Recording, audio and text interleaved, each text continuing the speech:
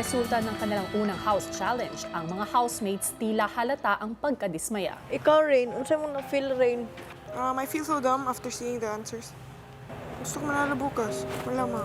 Ayoko nang matalo. Pangit sa feeling. Kung agawan talaga ng spot, pwede ba? Papatalo ka. Di ba? Bakit? Papatalo ka? No. No. Nakakabaliw pagtaluan. Self, kailangan lumaban ka pa ng matatag. Dahil hindi ka matutuwa. At sige, pagdasal na lang natin yung nasa harap natin. Na sana hindi siya maibig. Sana. Self, takpan mong tenga mo. Alam mo naman, pagtalo, ganyan ang bibig. Oh my God, Self, hindi pa tayo natatalo. 1-0 pa lang. Meron pa tayong chance bukas. Nabawi tayo bukas. Ayos lang yan. 50% lang nakuha nila. Pero di nila makuha ang ating spot. Tataas ulit yung flag na yan bukas. Matapos ang kanilang unang challenge, ang mga house challengers muling nagplano ng susunod na mga hakbang para i-test ang mga housemates. Alam niya, pag nagsasalita ko, parang huwag kayo sa akin kakampi. Parang medyo may kayo. In a good way. Kung ako in a bad way, in a good way. Bahala. Habang ang mga housemates tuloy ang pag-inda sa kakulangan nila ng supplies. Hirap na ng buhay, walang mantika. Diyos ko po. Hirapan pa nga ng paalam. Papasitahin ka sa bahay. Tara sa bahay. Luto kayong pagkain nyo, kulang-kulang. It's not just challenging them. Ang point is mapalabas yung ugali nila. Nahirapan ka na, Soy? Ha? Di man talaga nila kami pinapahirapan ng masyado sa loob. Mga pag-aasikaso lang naman ginagawa Aray ko. namin. Yung mahirap lang, yung magpuslit ng gamit, tsaka yung mga nandun sa loob na kailangan ilabas dito. Sa pagsisimula ng panibagong araw, sina Bensoy at JM agad na naghanda ng kanilang muling paninilbihan sa loob ng bahay. Gagawin namin sa loob. Naku, ang supply. Walang sinabing diktahan nyo kami sa supply. Kasi supply naman natin yun. Maya-maya pa, ang mga house challengers kumuha na ng daily supplies. Najik, pasok tayo para makakuha tayo ng manok, makapagluto na tayo ng ulam. Para mamaya, kanin na lang lutuin. Sa loob ng bahay, nakatsyempo si JM para mag-request ng manok na iluluto para sa mga housemates. Nabanggit na ni Vince yung sa manok. Hindi. Ano meron? Kasi na-request sila ng manok for lunch eh. Ha? Pwede ba ilabas yun? Nanalo na? Na-request sila ng manok for lunch. About that, Sa labas? wala ba kayong manok sa Napasok namin yung mismong supply. Galing sa Litas. Gusto nila mag-chicken. Sama ng chicken yung gulay ng lunch. Na pagplanuhan po namin na hindi po sila bigyan para po matest sila. Para kasi ang pagkakaintindi ko, Sampay ko ito sa labas. anything na pumasok dito is hindi na makakalabas. Kahit kayo na lang mag-portion. Makarating lang din sa kanila yung manok. Kasi magpapaluto din kami. We're planning magpaluto ng, ano ba? Challenge. Chicken curry. Yung manok ho na nanggaling ho sa pinanalunan ho namin last week ho, nandun ho sa loob ng bahay ho. Kung saan doon ho naka-perme yung mga house challenger. Pinapaalam ho namin sa kanila, baka pwede ho namin mailabas. Ang sa pagkakaalam ko, ang pwede lang ilabas or lumabas, pasok is kayo. And other than that, supplies, gamit, or anything na nandito sa loob, I don't think na pwede labas-pasok din. Yung sinabi ni Kuya, lahat ng galing dito bawal ilabas. Kasi kami yun may call eh.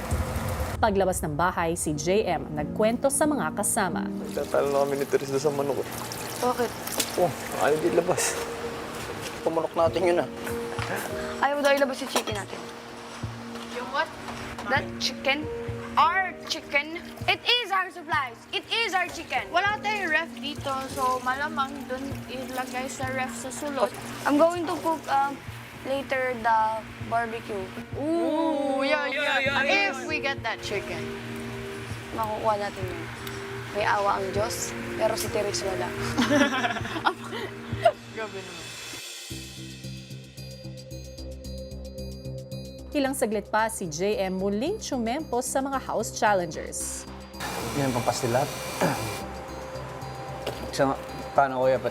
Sa chicken. Paano sa... Wait. Ang plano lang naman ho talaga nun ay pag-usapan lang ho yung patungkol sa manok. Kasi para ho maging patas lang. Ano bang gusto niyo mangyari muna?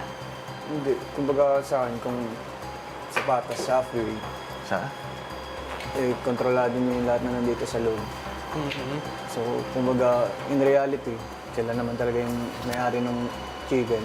Ano na lang, kahit yung kayo na lang mag-portion ng ilalabas. But the fact kasi na pinasok nyo na lahat, it means na kami na yun may... Pero, the fact din na pinasok namin, nung time na pinasok namin yun, walang ganung instruction. Hindi kami sinabihan na lahat na nandito, hindi pwedeng ilabas. Lahat nandito, kontrolado niyo. Inaano, kaya kumbaga ang pinakanghayahay talaga dito, kami dalawa ni Binsoy. Nakikita namin yung pinagkaiba. Lalo dito sa manok, kasi medyo hindi na nagiging maganda sitwasyon sa labas. Baka dumating ka ako sa punto na sila ka ako yung hindi magkaintindihan. Dumating din sa point na sila yung mag-time na samahan loob sa nandito sa loob. Lahat naman tayo, actually. Whether nasa loob ka or nasa labas ka, nakaka-experience din kami katulad ng experience nyo sa labas. Kasi hindi nyo din naman alam kung ano yung pinagdaanan namin. We don't know kung ano yung mga ginawa namin para lang mapunta dito. Lahat din naman, paghihirap. Paghihirap dito sa loob, paghihirap sa labas. Kumbaga yung manok na yan, kumbaga na lang yung reward. Bigyan lang sa lahat na naghihirap. Pero balik tayo ulit. Kami ngayon may hawak dito. Kayo nga, pero sila naman yung may-ari niyo. Sila ngayon may-ari, pero the fact na napasok nyo na dito, kami na yun may desisyon. Kumbaga, kunting man lang ba? And this is our call. Sa portion, mas malaki, 70-30. Hindi naman siguro sobrang laking kawalan kapag wala silang manok. It's just a chicken. It's just a chicken. Oh, kaya nga, it's just a chicken. Pero nandito na kasi. Kasi ako kuya, di ako sanay makipag-diskusyon ho sa isang tao kuya, kaya kung kaya kong magpigil na hindi na ako sumagot, hindi na ako sasagot kuya. Kaya kaninang umaga kuya, sumagot naman ho ako pero sa mabuting paraan ho. Dito na sa loob ng hindi na kami gagalaw ng umaga. Okay na, para at least di na tayo pa dito. Wala kaming gagalawin sa gamit nyo dito sa labas. Ang gagawin na lang namin dito yung utos ni kuya sa amin na pagsilbihan kayo, yun na lang gagawin namin. Pero hindi nyo kami kailangan diktahan kung anong gagawin namin kasi sabi ni kuya, nasa sa amin na kung anong way namin para mapagsilbihan kayo. Nagdidikta ba? Pero feel mo ba dinidiktahan namin kayo? Wala naman. So saan nanggaling yung parang word na dinidiktahan? Kasi Hindi, kumbaga, natatandaan ko wala kami inuutos sa inyo or what eh. diskarte mo. Hindi naman namin kayo pinipilit. Kung ayaw maglinis, di wag. Kung ayaw nyo gawin yan, inuutos sa inyo, di wag. That's up to you. Pero And hindi balik namin tayo kayo- dun sa manok kasi yun na lang naman yung kailangan natin pag-usapan. So, kayo, pag-usapan nyo na. Tapos na nga. Final. Hindi nyo ba nagigets yun sinabi ko? I mean, nagsispeak lang naman ako for all of us. Kuya Dong, Jared, Kasi nag-usap naman na kami. yun na nga. Bakit kailangan nyo na parang, gusto nyo marinig pa? Yun ba yun? Is that what you want? Based sa Nag-meeting napag-usapan na tayo natin about kanina, nag-meeting na tayo. Agree. Para matapos na, sino ba ang agree? Raysan? It's not a great feeling that I'm sort of lying to two of the closest people in your house, Kuya. Okay, down. Down. Disagree.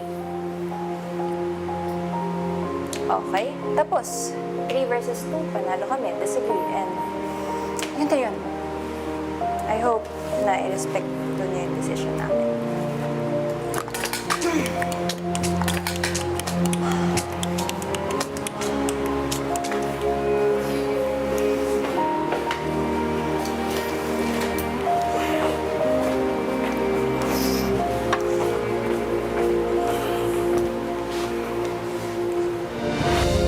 Saan nga kaya hahantong ang panibagong di pagkakaunawaang ito at paano nito masusubok ang mga natitira